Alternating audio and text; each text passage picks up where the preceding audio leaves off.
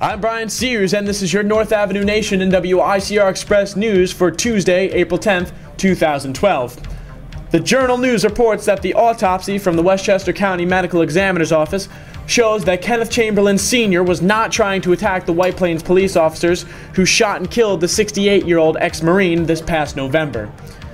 The official police report stated that Chamberlain had attacked the officers with a hatchet and a knife after refusing to allow the police to enter his apartment when responding to the medical alert device that had been accidentally turned on. The device, which alerted the police initially, was designed to transmit audio from the device to the manufacturing company LifeAid, which was recorded showing that the police had shouted racial slurs at Chamberlain when he attempted to ask the officers to leave his apartment. The victim's son, Kenneth Chamberlain Jr., went on Democracy Now! To speak about the tragedy of his father's death. The medical company, there's a box inside his home. The medical company asked him if he was all right. They didn't get a response, so automatically, if you don't get a response, they send medical services to your house. They inform the police that they are responding to a medical emergency, not a crime. And once they arrived at my father's home, my father did tell them that he was okay, but for some reason they wanted to gain entry into my father's home. I don't know why.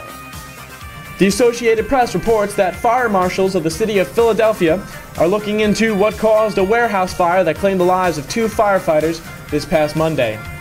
The 2 men, 60-year-old Lieutenant Robert Neary and 25-year-old Daniel Sweeney, were killed when the flames had spread to the furniture store next to the warehouse, where the roof had collapsed on top of the 2 firefighters. According to Philadelphia officials, the warehouse where the blaze had started had previously been cited for violating fire code within the city of Philadelphia. President Barack Obama will be heading to Colombia this weekend to attend a hemispheric summit where many Latin American nations will be looking for alternatives to the U.S. orchestrated drug war, which they believe has failed and caused great damage to the entire region.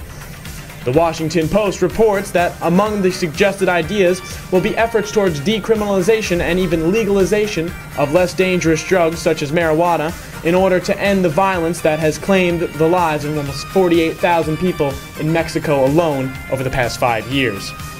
Discussion has been going on in the region for several months, but this summit marks the first time that they will be able to directly speak to President Obama about finding a solution to violence that many believe is now out of control.